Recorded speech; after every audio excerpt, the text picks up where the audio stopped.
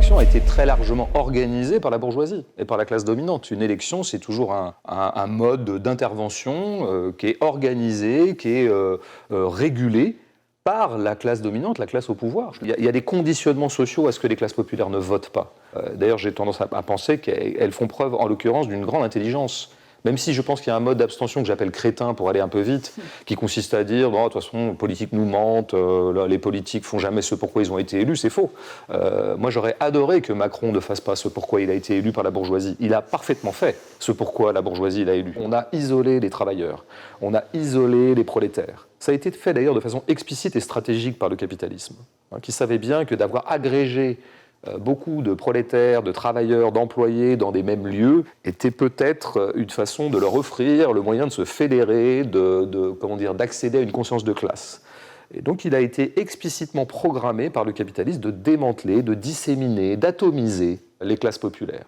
C'est incroyable comment vous amputez les classes populaires, appelons-les comme ça, mais de tout un pan de ces classes populaires. C'est-à-dire qu'en fait, les classes populaires, pour vous, c'est toujours alors un peu ce qu'on a appelé les petits blancs, alors un peu ce qu'on a appelé, encore une fois, avec ces espèces de phonés conceptuels qui font beaucoup de mal aux esprits, la France périphérique.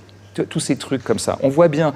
Les gilets jaunes, c'est pareil. Vous aimez bien les gilets jaunes, hein, tant qu'ils n'ont pas trop de discours de gauche. Il y a un socle raciste de la bourgeoisie française. Je ne dis pas qu'elle le soit exclusivement et intégralement, mais il y a quand même un gros passif raciste de la bourgeoisie française. Et je pense qu'il n'est pas exclu que cette chose-là ait ressurgi récemment. Elle a été un petit peu mise sous le boisseau pendant quelques décennies, où dominaient d'autres paradigmes. Et à partir du moment où ces paradigmes ont été expédiés, d'ailleurs de façon parfois volontaire, eh bien, a ressurgi, a fait retour, un refoulé raciste de la bourgeoisie française. Dans l'entre-soi des dominants capitalistes, une bonne réforme de retraite, c'est quand même un truc vachement classe. Nous, pauvres blaireaux, nous croyons toujours que quand ces gens-là font du cost-killing et rayent de la carte des usines en un coup, en un clic, en un coup financier, quand même ils s'en veulent un peu, quand même ils ne sont pas trop fiers. Ils le font parce qu'évidemment ils ont des intérêts à le faire, mais ils ne sont pas très fiers. Ils sont hyper fiers.